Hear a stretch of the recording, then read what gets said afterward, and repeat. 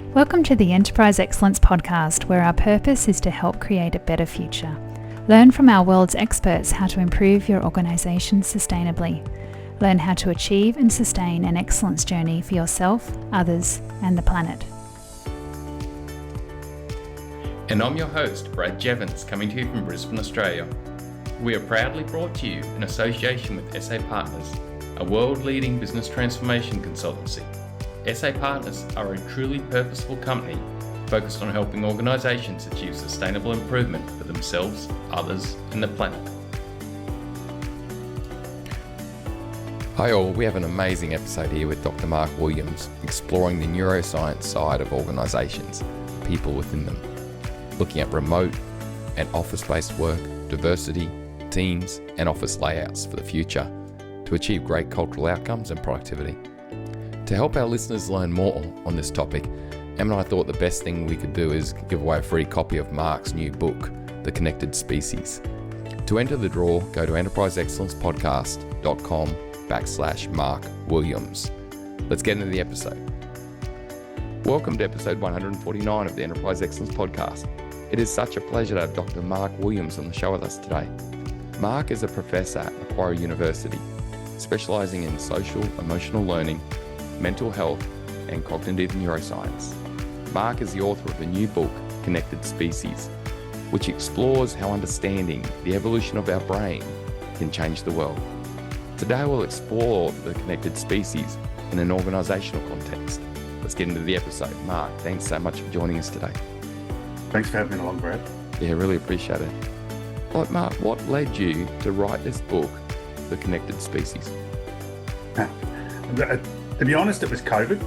It's the only positive thing that came out of COVID for me. I've been wanting to write it for a long time, and I've had it, notes and all the rest of it for many years, because it's basically based on most of my research over the last 25 years.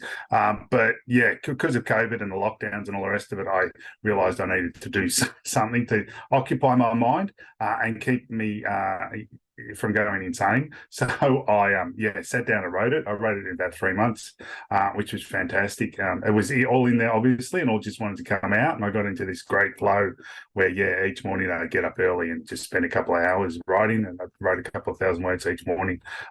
It was brilliant. It was really good for me. It really got me motivated and got me excited about what was going on other than COVID. Yeah, it is. It's been a positive for many researchers around the world that we've had on the show, where COVID just gave that space to actually get down this great knowledge that was there. So I'm glad to hear the other positive outcome. There are some. Mark, There are some. Yeah. Mark, if I reflect, I've been studying enterprise excellence since university. And I remember at university looking at Japan. It was back in the 80s and 90s, and it was all about Japan. I got to admit, a lot of the work I studied was all about teamwork, lifetime employment and teamwork. And, when you go teamwork and diversity, they're critical to enterprise excellence. But what insights do you have to provide in this area from your research, that power of collaboration, that power of teamwork, the connectedness piece? Yeah, we forget that we're all different, I think, a lot of the time. I think a lot of the management tools and leadership tools talk about people as though there's these 5 personalities, which there's not. It's most of the personality research is, I won't say the word, but we don't have personalities that are stuck. And so I'm if I filled out a personality inventory on a particular day, I would come out as an extreme introvert, because when I go to parties, I get often feel quite anxious about the whole thing, especially if I don't know people and I have trouble talking to people and stuff. But if you put me in front of a 1,000, 2,000, 5,000, 10,000 seat auditorium full of people, that's my space. I love it, and I get a real buzz out of it, which means I'm an extrovert, right? So, and those are supposedly 2 extremes, and that should never happen according to personality research. And if you look at anybody, nobody actually fits into those boxes, and we're all extremely different because all of our brains have change based on our experiences, and all our experiences are different. And so by putting two different people in a room and actually getting to think about an idea, or get them to think about a concept or a new product or a new way of marketing, means that you're going to get two different perspectives on it. And so the ideas that are going to come out are going to be much better than if you just have one of those ideas. And of course, having people from completely different backgrounds means that their brains are going to be really different from each other. And so therefore the ideas that are going to come out of that are going to be very, very different. And you're going to get a completely different perspective on whatever it is. And Google spent billions of dollars working out how to generate teams, how to get teams together. And what we've also got to be, of course, careful of is that the longer a team's together, the more similar they become to each other. And so then you've got to work out when are you going to actually split them up and put them with other people so that you keep generating new ideas and new concepts, because you want to keep people changing by interacting with different people. And so we don't want to have a system where you're actually sticking people together and then that's it, for the next 20 years, because they're going to become more similar to each other, and therefore they're not going to come up with new great ideas. So you want to have different ideas, different inputs all the time, and that's how you get that, by actually putting people together. They come from different backgrounds, and therefore their brains are slightly different because of those experiences. Yeah, wow. The power of diversity, like that diverse thought brings in so many different angles, which produces out of that a more diverse or more innovative type of outcome. Mark, absolutely. With the trend of it at work, I think a lot of the teams that I talk to, I'll see a lot of them where they discuss at work, do you typically stick with people who are like you or different to you?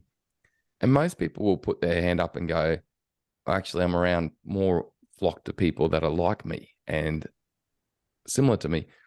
What's your thoughts on where that comes from, mate? And please feel free to totally dispel that if you have that view too. Yeah, no, that's true. So, our brains have evolved. Well, we are, which is what the book's about. We're the connected species because our brains have evolved for us to actually connect with each other. And so we're always looking to connect other people. And more of our brains active when we actually do connect with someone than when we're doing anything else we're doing. So you want to exercise your brain, sit down and chat with someone, and that'll exercise your brain better than anything else you can actually do. And it's better for your mental health as well. So if you want to actually feel better, sit down and have a chat to someone, and it's better than any drugs that are actually out there. But don't tell pharmaceutical companies, because they get upset whenever I say that. But it is. And so what am I saying? Our brains have evolved for us to actually connect with each other. Now, that's good from that point of view. So it's good from the point of view of we want to actually interact with each other. But it also means that there's a whole bunch of parts of our brain which we don't have conscious access to, which are always looking for people like ourselves, because we evolved in small groups, and those groups, of course, were family groups to begin with, and then they would have been tribes, which would have also been very interrelated. So all of those areas of our brains are always constantly saying, is this someone in my in-group or is this someone in my out-group? And people like us, people who our brain thinks are like us, are the people who we're going to feel as though part of our in-group, and so people we're actually going to orient to. And that comes from a whole bunch of stuff. One of them is just body language. We actually pick up a lot of information from body language. And I'm sure all your listeners have seen, a group of teenagers sitting around, and they're all sitting very similarly, right? And then a lot of them, wear their pants down around their hips and all the rest of it, because they want to actually look like each other, because they want to identify as part of that group. So they want to actually be friends with each other, which is why we then, as older people, have trouble interacting with that group of individuals, because of the fact we don't act like they act. And so when you're in an organization, people are going to orient to the people who are more similar to themselves, because of the fact that their brains are going to be positively activated to those individuals, and they're going to be negatively activated, or they're going to set off a fight or flight response to people who aren't part of that group, part of their group. And so what you really need to do, if you want an innovative and collaborative organization, you need to mix people up, and you need to do that constantly so that you're actually activating those areas and adapting those areas so that they feel as though everybody in the organization is actually part of their group. So they're willing and happy and keen to actually interact with everybody. Now, of course, it's becoming worse in organizations. We're becoming more siloed within organizations because we're all on devices all the time. So in the old days, people used to actually talk to each other when they went to the tea room, or they talked to each other when they went to the elevator, or they talked to each other before a meeting or after a meeting, or when you were waiting for people to come to a meeting, people would actually talk to each other. And when you look at each other, your brain actually adapts to that person. And so you're more likely to feel as though they're part of your in-group. But because we're on devices, we're standing there with our phones, looking at our phones when we're in the tea room or when we're at the lift or when we're waiting in a meeting. Our brains aren't adapting to that. So we're not actually getting those positive responses to those individuals who are part of our team or part of our organisation. And so we need to start thinking about how do we actually stop people from looking at their phones during the day when they're at work so that they're actually working on adapting their brains so that their brains become part of your organisation so that you can get better collaboration and interaction from them. Wow, so that's a big thing, isn't it? Like, I guess, Mark, you're saying that our bias towards people who are like us come through a history of being, in a way, isolated and connected to people who are very much look like us and are like us from that history. And now we're in this place where we've come from a place where we probably collaborated more diversely. And now we're in a place where we're not collaborating at all because we're looking at technology. Like, can you get that diverse trigger looking at someone electronically the same as if you're face-to-face, Mark? Has that been studied or looked at, that side? Yeah. So, no, it's a big issue. So when we interact in person, some of the triggers, some of the really important aspects of that, one is actually touch. So in all societies, we have a way of actually touching each other, which is appropriate. So in Stoic societies like here, we'll shake hands. In a lot of European countries, they'll kiss each other on the cheeks. Even the Inuits, who are fully covered, the only part that's actually showing is their face, so they'll rub noses, so they're actually touching. And the reason we do that is we have C fibers on our skin. These are special fibers which only activate to touch. And they activate an area of our brain which releases oxytocin. And oxytocin actually makes us more connected to the person we just touched or just touched us. It actually opens us up. We're more willing to lend money to someone that we just touched. We're more willing to collaborate with someone that we just touched. We actually find them more attractive if we just touch them because of that oxytocin being released. We're more willing to actually bring them into our group, treat them as part of our group. Now, we don't get that touch when we're actually on a device. So that causes a big problem for that area as well. Also, the body language is really important. So when we're on a device, we only really see from the shoulders up, or some people will go, I try to stay back as much as I can so you can see my hands as well, but you still don't see the whole body. And the body language is also really important. As I was talking about before, when you see teenagers, they have a particular body language, and that's them telling each other automatically that, hey, I'm part of your group. This is how we all hang out and we all slouch and none of us stand up properly and we have our heads tilted forward because we're always on devices and all those things. And that's saying we're all part of the boot.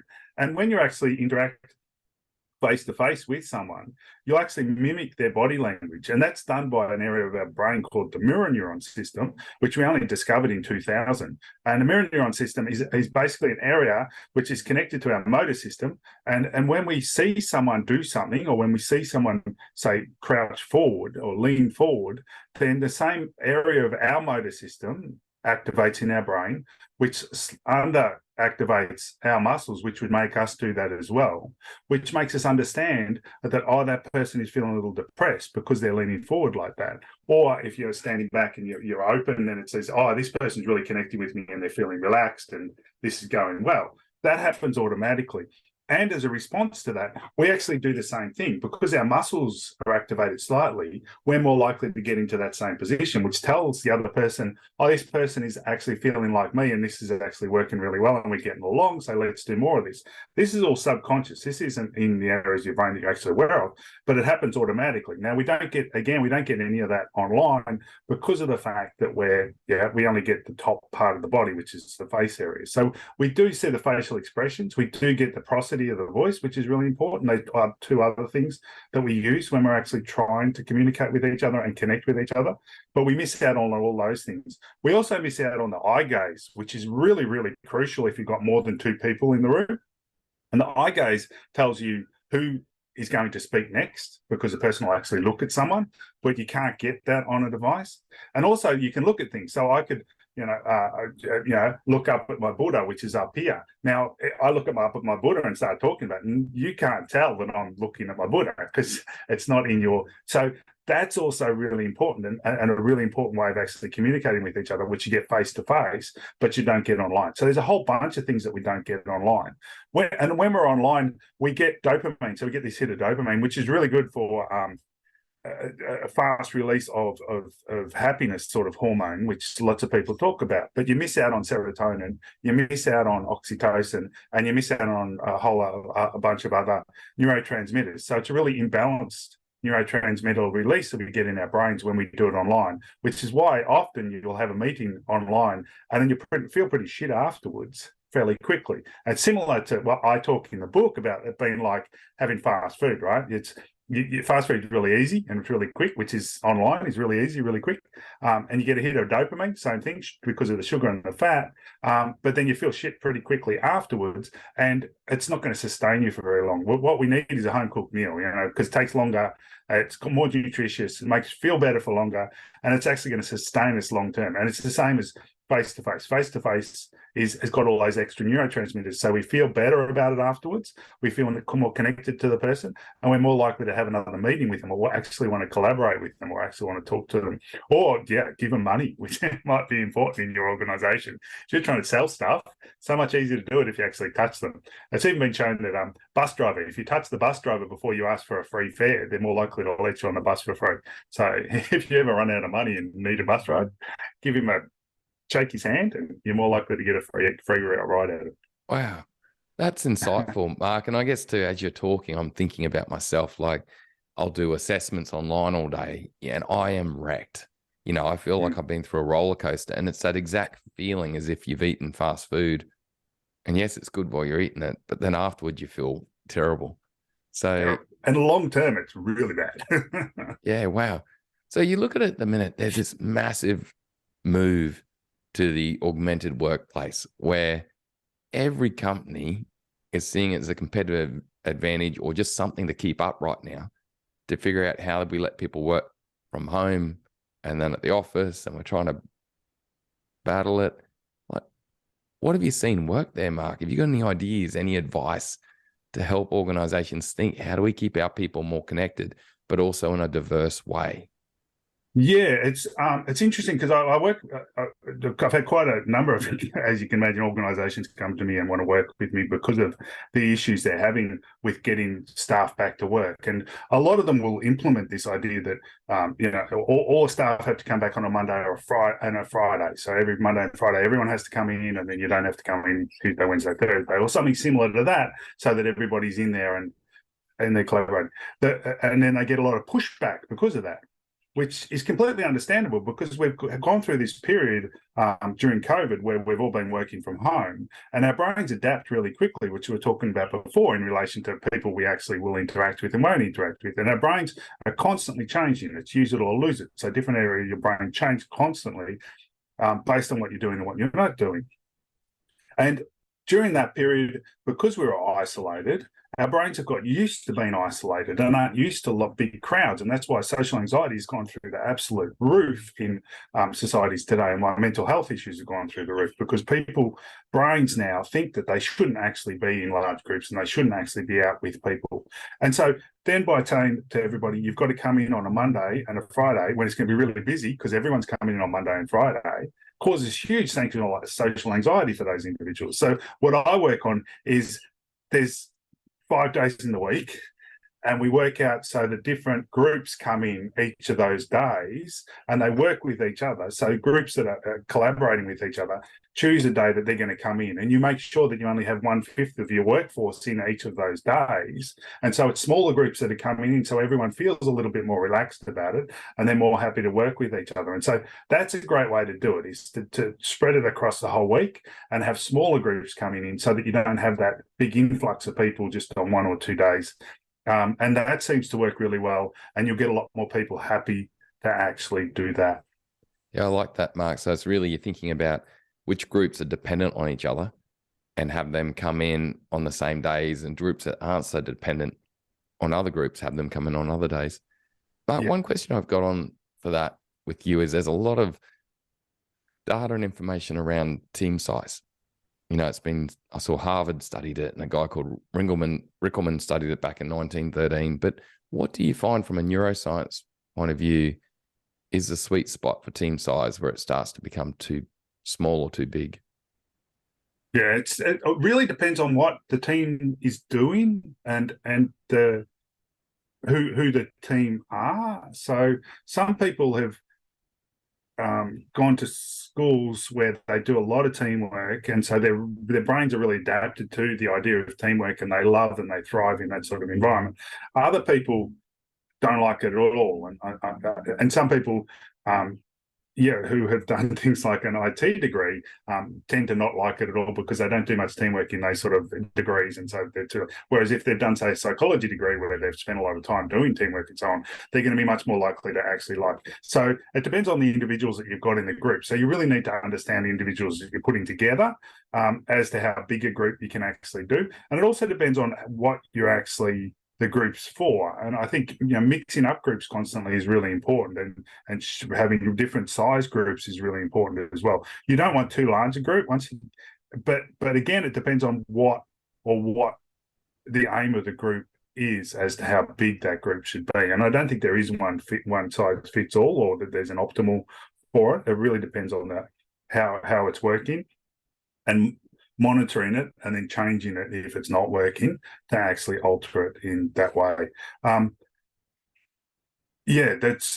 So I don't think there is, unfortunately. In a lot of this stuff there is no one size fits all. You got to do the work. Yeah, I love it. It's down to the people involved, and it's down to the environment that they're working in, or what's occurring around them. The environment, I'm guessing, is what we're saying. Yeah, and their brains are going to adapt, right? And so you got to realize that too. So you could put somebody who hates working in groups, you could have them in a group of 2 or 3 people, and within 3 months, 2-3 months, their brain will adapt to that, and they'll start enjoying that. And then you can start adding more people, and then they'll enjoy more people in there, and then their brains will adapt, and so they'll enjoy more people, and so you can put more people in, and then their brains will adapt. And so you've got to remember the brains are, the most important asset, as far as I'm concerned, in any organization is the brains of the people within it, and we've got to realize that they constantly change, and so we've got to constantly work on that, and we've got to constantly mold it in a way that is optimal for them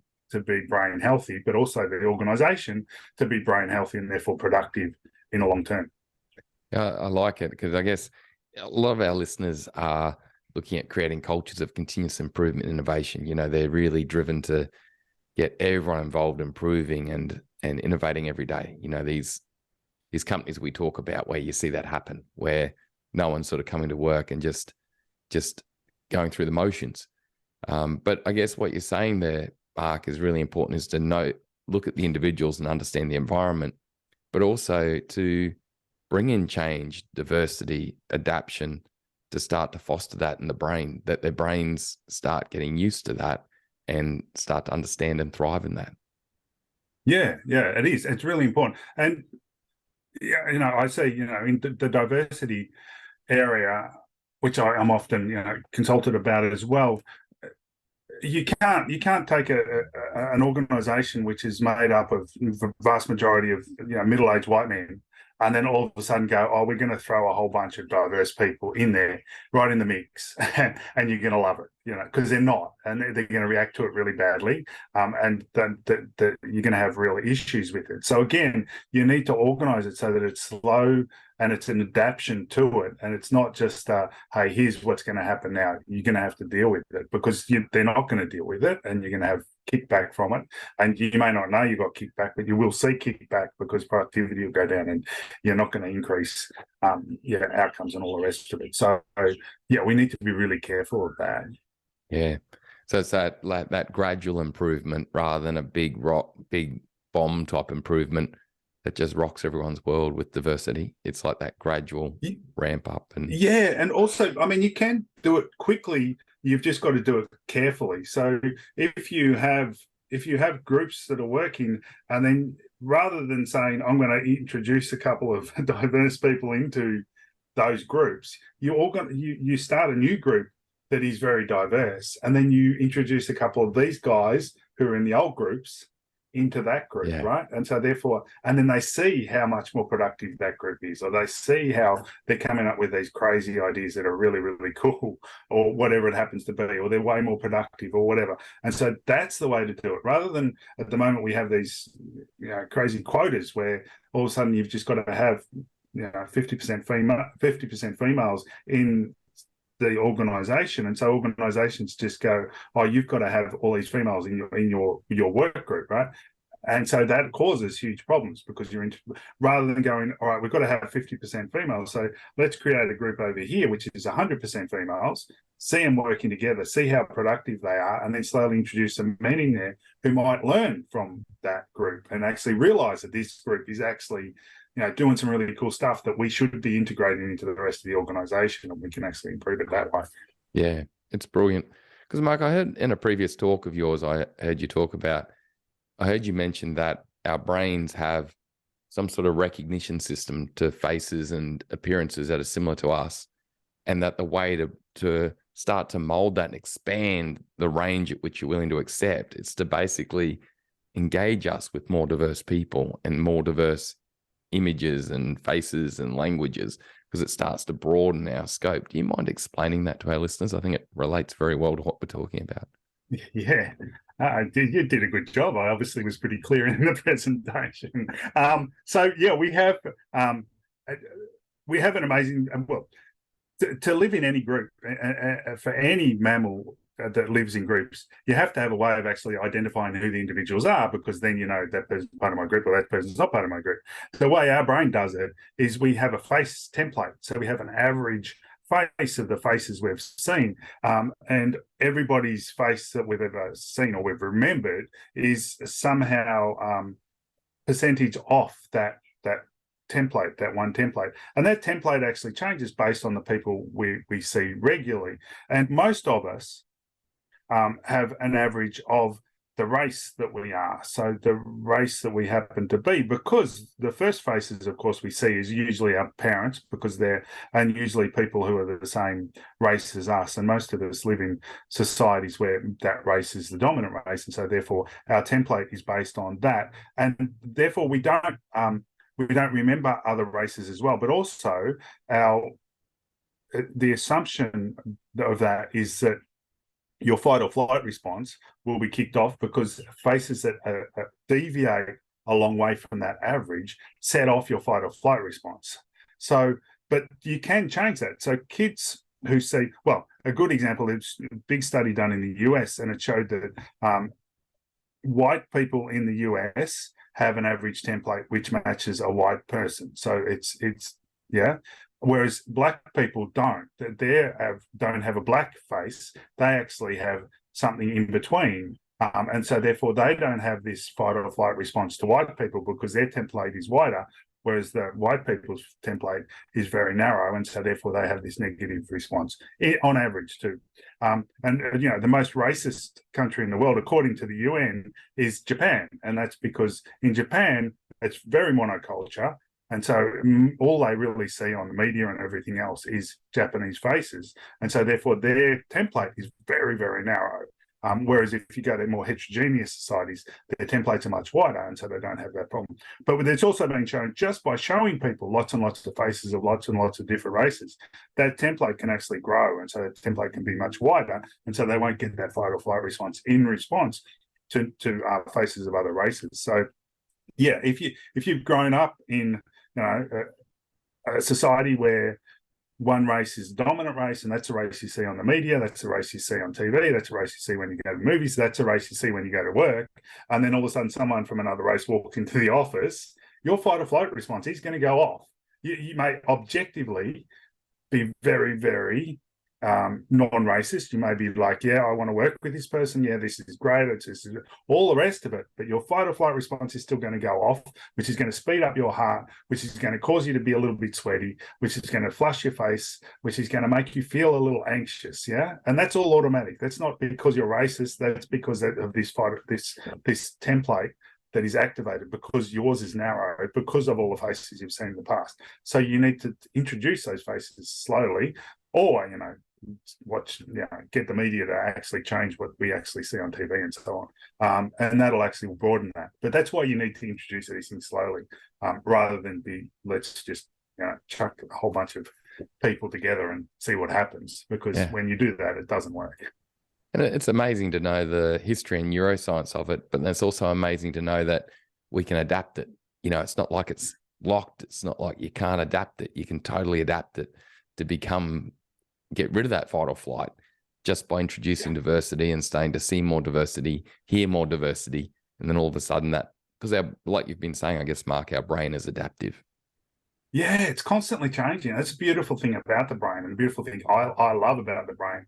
But it's a thing that frustrates me a lot about a lot of the stuff out there, because it's all around how do we work out the best way to do this, or and it's all about putting people into categories, and it's all about putting people into groups and deciding that that's stuck. And like IQ tests, we have these IQ tests that HR departments will often run before they hire someone, but your IQ changes constantly. So all that tells you is how intelligent that person was at that moment in time.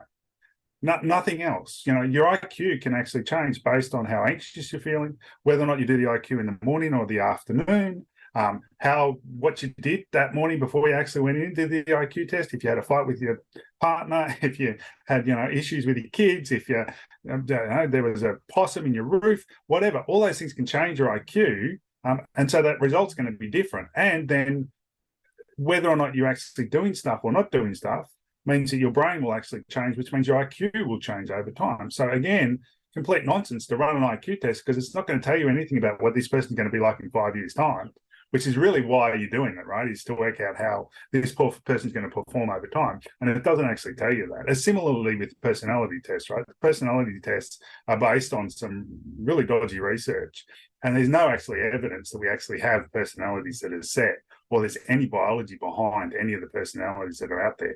Yet we run these personality tests on people to decide what they should do. And as I said, depending on how I feel out of personality tests, I could actually come out an introvert, or I could come out an extrovert, and you put me, in an IT department and tell me to sit there and do programming because I know 5 different programming languages, or you'd stick me as a leader who, depending on how I fill this thing in. So we need to be more aware of the fact that everybody's brain's changing, and you can take anyone and make them into an incredible employee if you want to, and if you have the resources and the time and the knowledge to actually do that, because we can all change our brains, and we can all do better than what we're doing.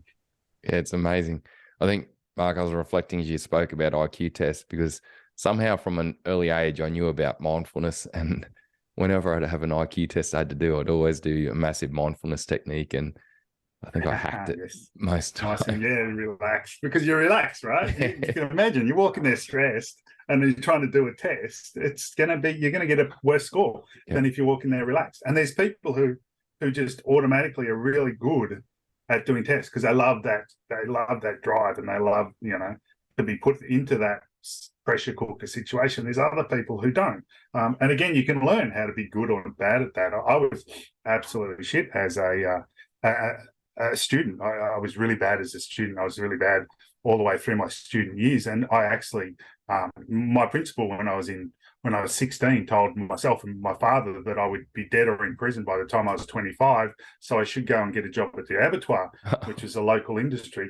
It wasn't until I was 25 that I went back to school, and there was a physics teacher that actually turned around when I was 25 and said, "Hey, you should go to university because I think you've got a bit of an aptitude for science," which is silly too, because nobody has an aptitude for anything. It's what you're actually interested in. But I was interested in science and always had been. So I did. I went and did science, and ended up working at MIT. So the principle was wrong, and you can change, right? You can, and it just depends on what you're doing and what you're interested in. And it's such a great thing to know for so many who are suffering in many regards, or feeling like they're not good enough, or anything right now, for people to know that, because I think so much of our history has been this: put people in a box, categorize. You're not natural at that. You're not natural at this. You're not, and it just makes us give up. It makes us not work our brain in that path to actually evolve and adapt. Crazy, isn't it? Have you studied where that's come from, Mark? Have you studied in your history side of things where this putting people in boxes has originated from? Because I know you've looked for part of your book a lot through history on those side of things. Yeah, no, I mean, there's lots of, the IQ test was actually originally designed just to determine who had an intellectual disability, right? It wasn't actually designed to work out who was smart or anything like that. It was just to work out who out there had an intellectual disability and so therefore needed support in that. And then it was taken over by the eugenics movement. And so it was about showing that, especially in America, that African Americans weren't as intelligent as white people. And so therefore they didn't deserve to have the vote and they didn't deserve all these other rights. And so that's where the IQ test came from. I mean, it's an awful spot to come from, but that's why we started pigeonholing people in relation to their IQ, because we wanted to prove that all of these natives and African Americans and so on weren't very intelligent, and white people were much more intelligent and deserved to be the master race, which is really sad. A dark history. A very dark history, yeah, and I don't think people realise how dark that whole history is. And I mean, yeah, it's. We know that IQ changes a huge amount, so it's a meaningless thing to do. And similarly, the personality tests come from a similar place, where they were trying to show that you were born with certain personalities, and that therefore people who are in prison deserve to be in prison because they had certain personalities and so on. And that's where personality tests came from as well, to actually prove that it was okay to give someone to terminate someone's life who had done something awful because they'd done something awful because of their personality and not because there was something in their life that actually went wrong. Mark, on it, I was listening to a podcast just the other day on, I think it's called the Psychology Podcast, where they're even still debating now whether we have control or not control in the psychology realms. What was it that they were talking about? Like, literally the debate was, do we have control? Why we have too much? Do we have free will? Like, it was a discussion on free will versus non-free will. To me, when I hear of non-free will, it's like we're going back to saying that no one has free will. Your destiny's set. You're just going down this path and just run down the rabbit warren, but then to me, okay, I love the free will argument because I know I believe there's free will where we can actually learn, evolve, adapt, think with our conscious mind. Is that a debate that's raging? Are you across that debate at the moment in the psychology field? I am, and I'm gonna upset you, because according to my understanding, the free will determined is to have free will means that you're not actually impacted on by anybody around you. Yeah, that means that you're actually making decisions all on your own. But we can't. Yeah, and all of our decisions are based on our prior experiences. So I like to give the example of, if I asked you if you wanted to have a Vegemite sandwich or a tuna sandwich, your decision on whether or not you're going to have Vegemite sandwich or a tuna sandwich is going to be based on your previous experiences with Vegemite sandwiches and tuna sandwiches, right? So your decision has already been predetermined by all your prior experiences. And every decision we make is actually determined by what's in our long-term memory, and that is all determined by what's happened prior to this point in time. And so all of our decisions are based on what's happened prior. And so therefore we don't have free will in that we never make a decision just randomly. We never just go, oh, I'm going to do blah. We always make a decision based on what we've previously experienced and based on the people around us. So we'll also be influenced by people around us because we'll want to actually, we'll actually want to make them think that we're cool. And so that also influences as well, which means that we don't have free will because our decisions aren't based on just our brain just making a decision out of the blue. It's based on all of our prior experiences and who's around us, who we actually see is important, which is why I talk a lot about if you actually want to improve your life, if you actually want to get better outcomes for you as a person, you need to surround yourself with people who are doing cool things and are improving their lives in the way that you want to, because that's going to improve your life as well, right? Because you're going to actually make decisions based on what all those people are making decisions on, which is all really cool. And so, in an organization, you want to have an organization full of people who all want to make the organization really cool, because then they'll all want to make the organization really cool because they'll all be influenced by each other. And that influence is huge, right? And so, we don't have any free will. What we have is decisions made based on our prior experiences and the people who are around us. Okay, so of course, our habit and all those history in our unconscious mind plays a big part in what it throws up. And then you've got the social influence, which is massive. One question I've got is, what about what about our ability to think consciously in our prefrontal and actually make a different choice? Is that free will? The fact that we could think really hard and go, no, I'm not going to have the tuna fish. I'm going to have the Vegemite. Yeah, but we never do that, right? You perhaps you could. I mean, one thing I talk about when people talk about, can we change this? And I say, well, one way you can work out whether or not it's based on your prior experiences or whether or not you're actually making is to toss a coin, right? And so when I ask you tuna fish or Vegemite sandwich, you say, all right, if it's heads, I'm going to go tuna fish. If it's tails, I'm going to go Vegemite sandwich. And you flip the coin. And then if you actually really dislike tuna sandwiches, right, and it comes up heads, so it says tuna sandwiches, yeah, and then you have an emotional response to that. You go, oh, I don't. That's not what I wanted. Then that's a response that you wouldn't have. And so if you make that decision now, then you know that that's a decision that you wouldn't have made before. Yeah. Okay. And so you can do it that way. But who would do it that way, right? You're not going to get this tuna sandwich because you're not going to like it. So why would you want to get it? Occasionally. Sorry, mate. I remember once, mate, I was sitting there and I hate Brussels sprouts, right, mate? I hated Brussels sprouts. And I remember sitting there at the table one night with my mother-in-law were eating a whole bowl of Brussels sprouts with cheese and butter on top. And I got to admit, maybe it was social influence, mate. I don't know. Yeah, social. But I got to admit, yeah, okay. But I ate them and I've eaten them since. But okay, there's social influence. It's really hard. Yeah, whenever we make decisions, I've had no one come up to me and actually give me an example of where they've made a decision which is completely out of the blue, unless you do something like toss a coin or have one of those 8 balls that you shake and make decision based on that. But even when you do that, when you toss a coin, then you usually don't do the thing that comes up with, if you do have a negative response to it, because you've had a negative response to it, so you don't really want to do it. Well, so the powerful message I'm getting out of this anyway is that I guess the collective norms of a group are so important. So when you're thinking about an organization and you're trying to shift culture, you need to alter that collective norms of the group. Now, if you've got, Mark, a group where it's poisonous, they're so against leadership, they're so against the company, they've had a gutful, they're just, everything is dark and they're fueling off each other.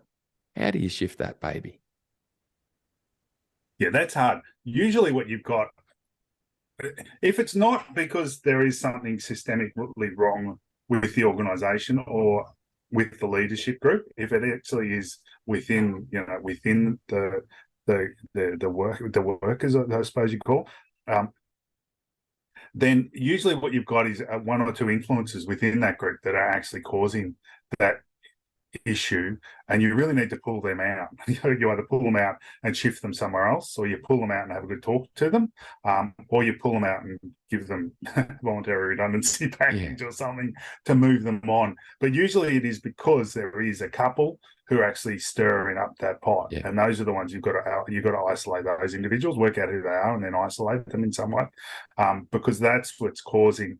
And again, that's a social influence, right? Those people are usually big personalities, and so everyone's listening to them. Similar to what happens on the internet, right? You have the big personalities on the internet who are complete nonsense, but they generate a lot of interest because people are interested in that sort of environment. And so getting rid of those individuals, isolating, understanding who they are, isolating them, either moving them if you can move them to somewhere else where they're going to cause less problems, or getting rid of them completely. But you will have a lot of trouble shifting unless you get rid of those. So what I'm hearing, Mark, is that you said first off, it could be that it could be leadership behavior or systems around the people that are creating it. But if that's under control and in a good place, it could be informal leaders in there, like people who are from a powerful position who are driving those social norms. That's then influencing the whole group in that part. Yeah, and it may not be somebody who has an official leadership role or an official, right? It could be someone who you don't realize doesn't have any, right? They're quite pissed off because they haven't been promoted and they haven't been seen as a leader, and they haven't taken, and so therefore they're influencing it because of that, right? Because they're annoyed at the situation they're in. But you need to work out who those individuals are and get rid of those. Yeah, great. That's good advice. Nice to hear, because I think Yeah, there is, I guess, I got a thing, Mark. I think in Australian industry, we've been very top down for a long time, very dominant type top down. And that's fueled this lack of feeling of respect and happiness at the front line, which causes poison, which causes a lot of disgruntledness. And I guess a lot of what enterprise excellence to me is how do we create more of a connected organization where it's not just top down. We got this bottom up rhythm to create that connectedness and that respect and that innovation at all levels. But what you're saying is part of that journey, you may be able to have to find some, if you do shift the leadership behavior to become more bottom up as rather than just top down, and you get the systems right, you may still have some individual behaviors in there that you've got to understand and be able to deal with to truly shift it. Yeah, absolutely. Yeah, and it's really hard to shift culture. I mean, I see a lot of people who work in the area of change, and what they don't realize is they'll change systems and they'll change processes, but none of that's going to work unless you change the habits of the individuals first. And so you've got to actually change those habits, and part of that changing those habits is change. Looking at who all the individuals are and working out whether or not there are any, rotten apples in that group who are actually causing some of this negative behavior.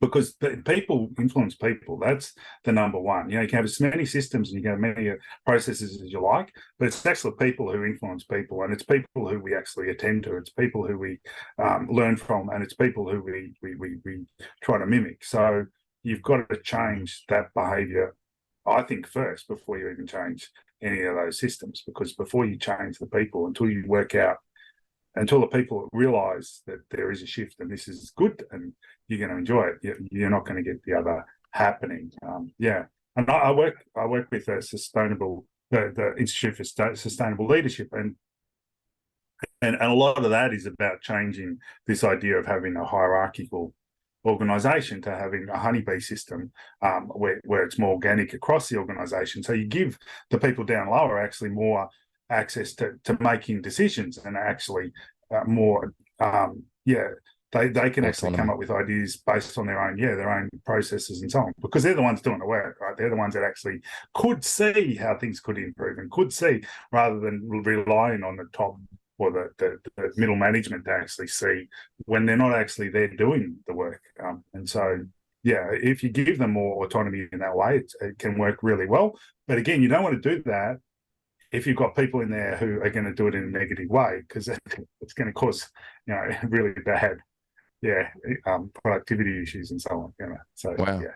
And I'm guessing, Mark, and please correct me if I'm wrong, I'm guessing to shift to more that honeybee type environment, it's something that really has to be thought about from a senior leadership perspective, and what are our behaviors and what are our approaches to be able to enable that, plus some systems. But then it becomes about the frontline employees. Like, can you shift the frontline employees' behaviors and attitudes to that place without adjusting the leadership behaviors and attitudes above? No way. Yeah, you're absolutely right. You've got to change the leadership has to acknowledge that they want to change first, which takes time, and then they need to be, because you've got to be extremely vulnerable as a leader to say, okay, I'm going to allow everybody down the bottom to actually make decisions and actually make changes, and because that's really always been seen as your job, and you've spent 25, 30 years or whatever to get to this position where you're in charge and you make the decisions and everyone else follows along.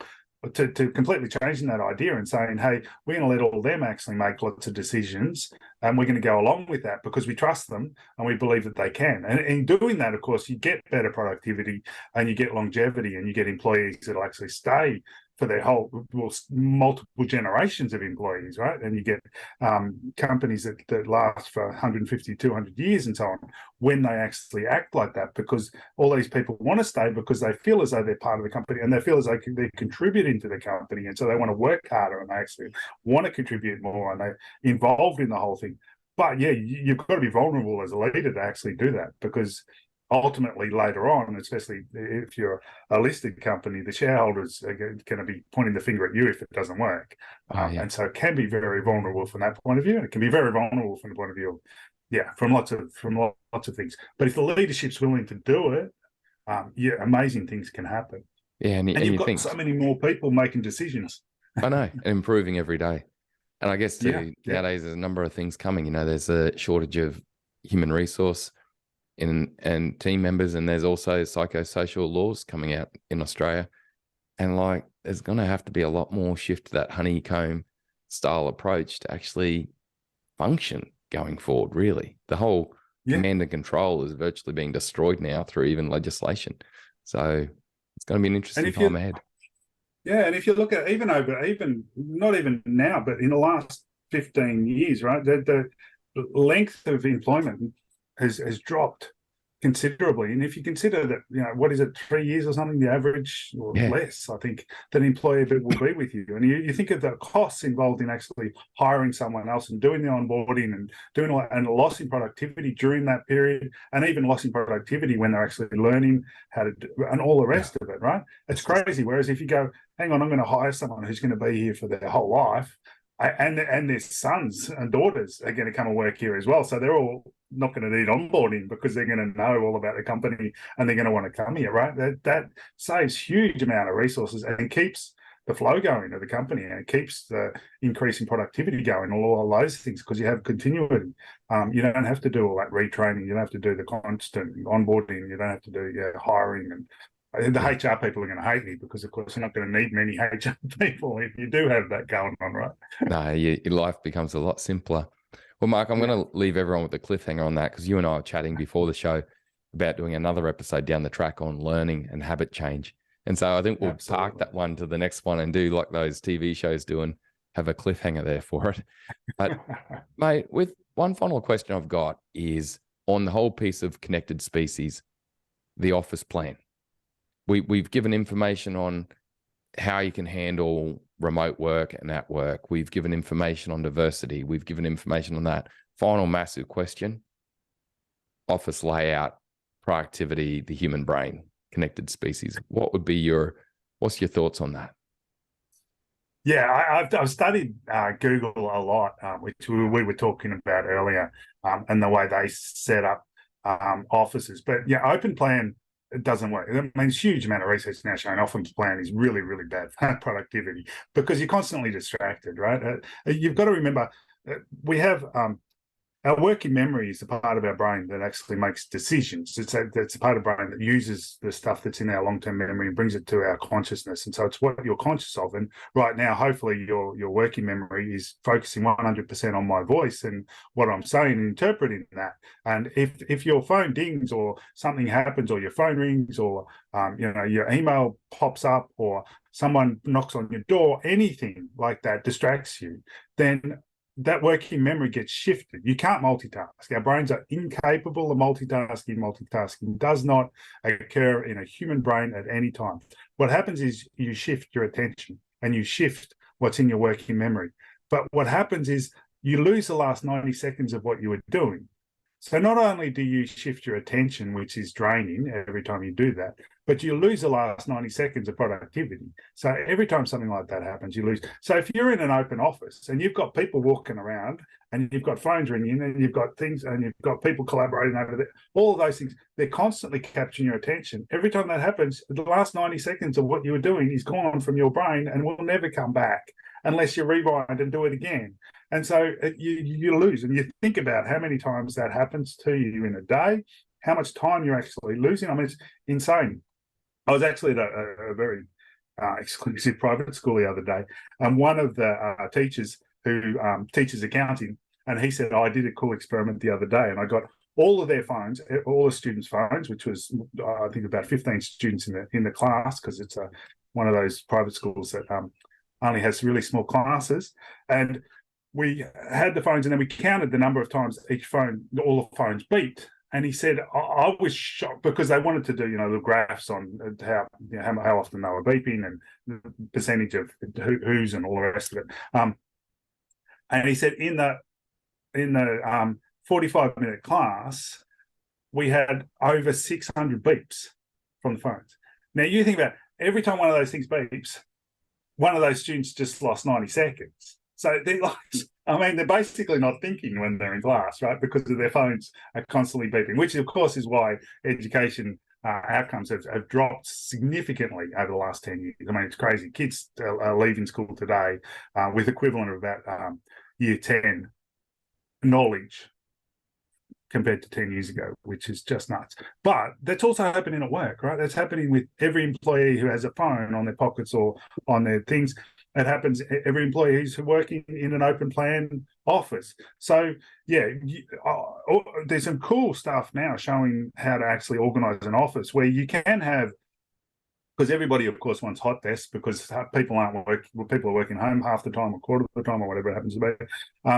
But where you have different areas for different things. So you have areas where you have large rooms where people can go to collaborate, and they can book it, and they can go and collaborate as a group, as a team, and do stuff together and chat. And then you have areas, which is what Google does. They have areas where no devices are allowed. So you're not allowed to have any pinging or binging or talking on your phone or anything. So that's where the really hard work goes on. That's where you actually get to think, and you actually get to, and then there's other areas where devices are allowed, but you've got to have everything turned down low, and that's where the computers are and so on, where people get that stuff that they need to be done on the computer. But yeah, having different areas doing different things for different things where people can move depending on what they're actually doing is a really cool way to actually design your office, and shows productivity goes through the roof, which is really cool as well.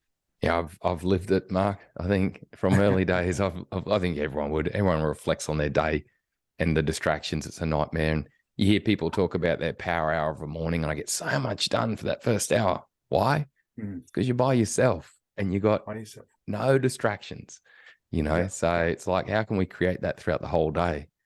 But I think there's This is why that honeybee idea actually works so well, because you can think about it, if we had been listening to the employees that were in the open offices 20 years ago, we would have gone, oh, okay, so this doesn't work. But we haven't been. We've been listening to the executives who have their own private offices, who have said, oh, no, we want the open office because they'll collaborate more and they'll do all this sort of. But if we actually had been listening to those people out in the open offices, we would have shut that down a long time ago. But we didn't, because we were listening to these guys who had their own offices and were segregated. Yeah, and the data's there, Mark. Like everyone, I was talking to Mark, I had Yves Modiox on the podcast a while ago, and Yves, he's done a great TED talk on global productivity. The trends and data just show it. It's not like we're talking mystical stuff where there's no data behind it. The data's there. We're all busy today and we're getting nothing done, which is just crazy. Nothing at all. It's crazy. No. So, Mark, we have covered some great turf, and I look forward to the next episode to talk on learning and habit, because that's a big cliffhanger. But, mate, what would be your 2-minute tip to a senior leader or anyone, change leader listening to this episode? 2 minutes, you go, hey, have a think about this. What would you say to them?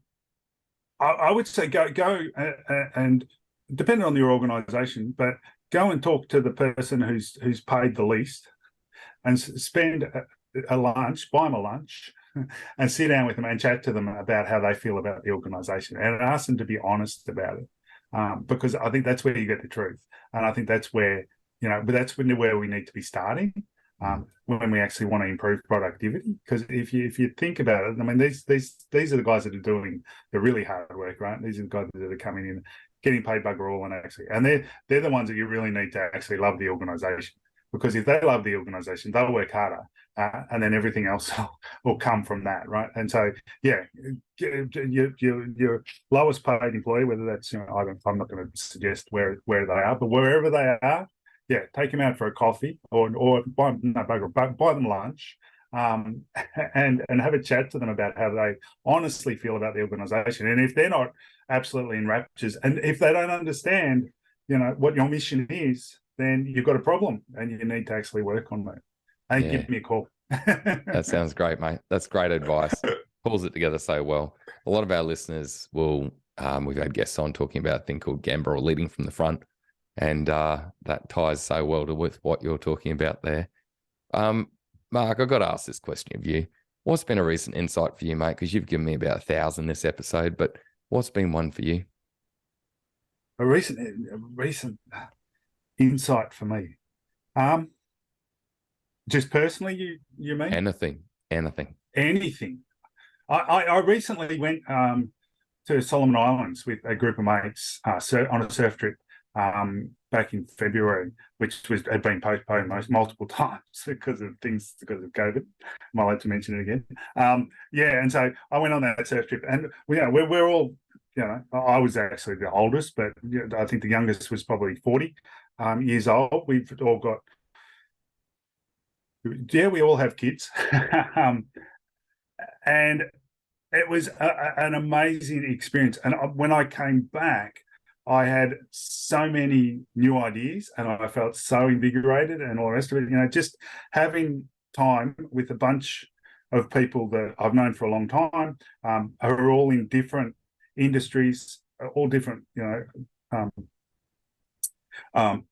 some own their own businesses, some are in executive levels of organizations, some are entrepreneurs.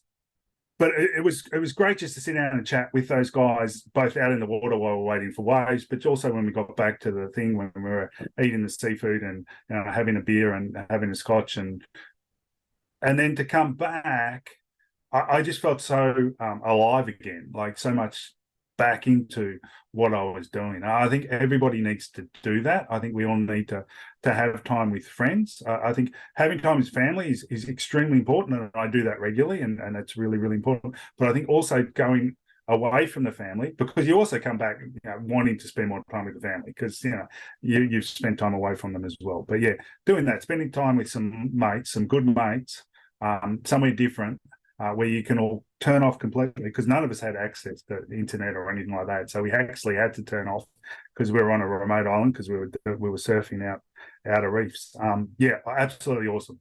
That's everybody should do it on a regular basis. Don't have to surf, but do something where you don't have access to devices with your mates. Yeah, it comes into so much of what we've spoken about, doesn't it, Mark? It connects to that diversity of connecting with different people, the whole connectedness, the whole human factor, the whole. Yeah, that's a really great insight, mate. Thanks for that. So, Mark, how can people get hold of the book, The Connected Species, or reach out to you to learn more or get some help?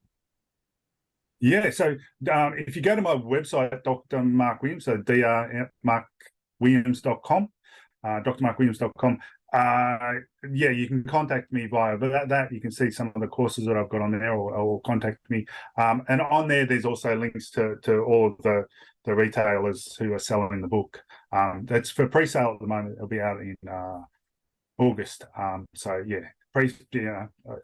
it now, and you'll get it with everybody else who's pre-ordered it, and you won't have to wait for it. So it's a good time to order it. It's great. And team I've seen through Booktopia is one that I got mine through. So I guess it's through many different avenues that'll be there. So thank you so much. All the different ones. Yeah. Thanks, mate. Really appreciate the conversation. Thanks for the time and knowledge. Look forward to the chat on learning and habit, and this piece on altering habit and leadership and everything, and the honeycomb that we've been talking about. So, mate, thanks for helping us create a better future, mate. Appreciate it. Thanks for having me along, Brad. It's been really awesome. Cheers, mate. What a great episode. Remember, you can visit our website, enterpriseexcellencepodcast.com/Mark Williams, to enter the draw to win a copy of his new book, The Connected Species. Please like, subscribe, and share this podcast to help others gain insights and create a better future. There were 2 key takeaways for me from this episode. Firstly, connection, diversity, and remote work. Mark's discussion on the need and the power and what comes from human connection, particularly physically, was amazing. And the other aspect of diversity that brings into the way that a team thinks, innovates, improves. And combining this now with remote work, where we're mixing our work from at home and at work. It was a really powerful conversation where Mark mentioned the power of bringing interconnected teams in on the same days, which you can spread across multiple days so that they can connect, be together, touch, engage, work together, and bring together also that diverse thought gradually to create great outcomes. It's such a powerful way to get the best of remote work, where people can be in their own space and deeply focus. if they can remove all distractions and phones and beeps and blips, and then also bring them to work on certain days to create that connection and to build that bond and also create great conversations and innovative work. The second key takeaway for me is all about deep work.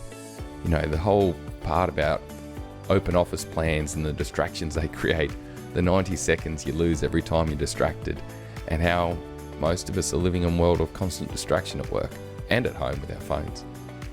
Being able to get rid of that is such a powerful thing.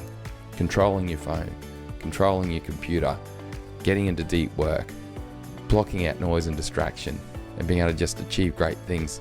Most of us know it through certain times of the day where we get great things done. They're typically when we're not distracted.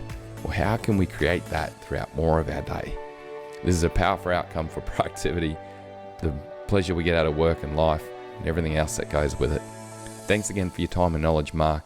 Really appreciate it, mate. Thanks for helping us create a better future.